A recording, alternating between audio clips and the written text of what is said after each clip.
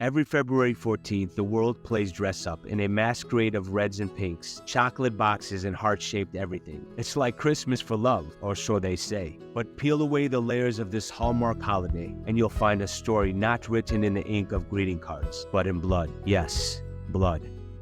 Because nothing says I love you quite like defying an emperor and getting executed for it. Imagine a time when love was not a swipe right away. Picture a Rome where the mighty emperor says, "No weddings. Happy soldiers are single soldiers." Then comes our hero, or as history remembers him, Saint Valentine, a man who looked at the emperor's decree and thought, love doesn't bow to tyranny. So he does what any self-respecting rebel priest would do. He marries couples in secret. Because why not? Love, after all, is the ultimate act of rebellion.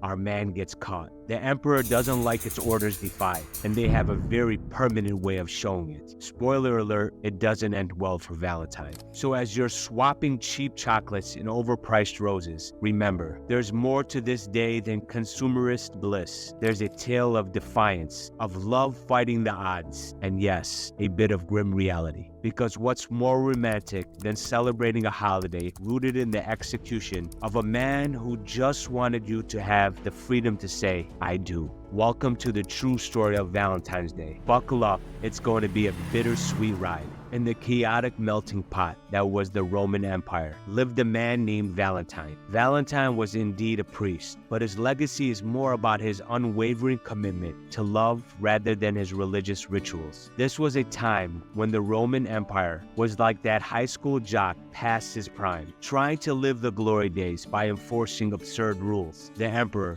Claudius II, decided that single men made better soldiers than those with wives and families. Ludicrous, yet tragically enforced. Valentine looked around at this world of lovers being torn apart and thought, not on my watch. He began marrying these young couples in secret. Imagine sneaking around the dark alleys of ancient Rome, whispering sweet words and vows, while the threat of discovery loomed like a shadow over him. These acts of defiance weren't just about making a statement. They were about lighting a candle in the dark for love, hope, and the sheer audacity to challenge the status quo. Valentine's secret ceremonies were the speakeasy of romance and the prohibition of love declared by Claudius. But as with all good things in stories like these, the candle that burns twice as bright burns half as long. Valentine's little rebellion of the heart was about to collide with the iron fists of the Roman Empire. In the grand narrative of Roman history, dominated by battles and conquests, Valentine's quiet defiance was a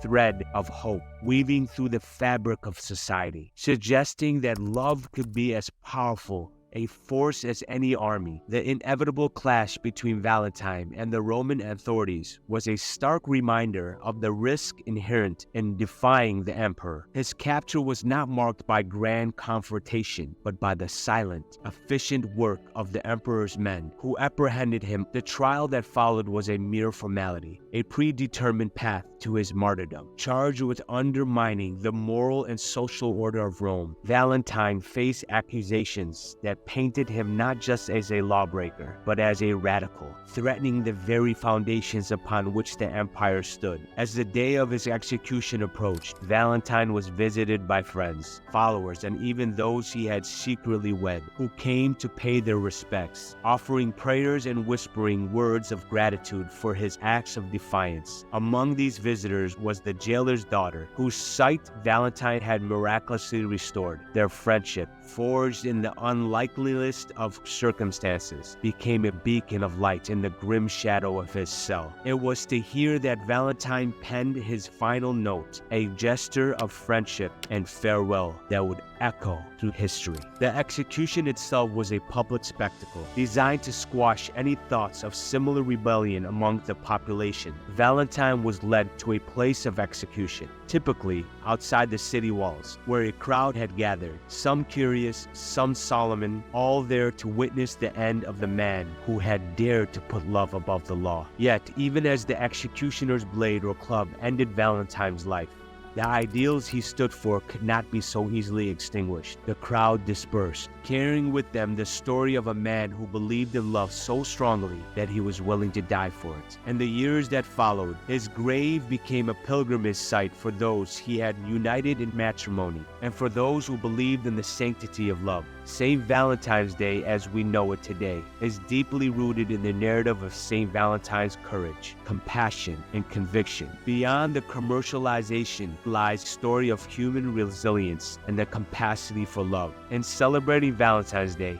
we do more than remember a saint. We keep alive a centuries-old tradition of honoring love's place in our lives. It is a moment to celebrate not just romantic love, but all forms of love, friendship, family, and the universal bonds that connect us. In this light, Valentine's Day becomes a testament to the enduring spirit of humanity, a call to cherish and protect the love that defines us all.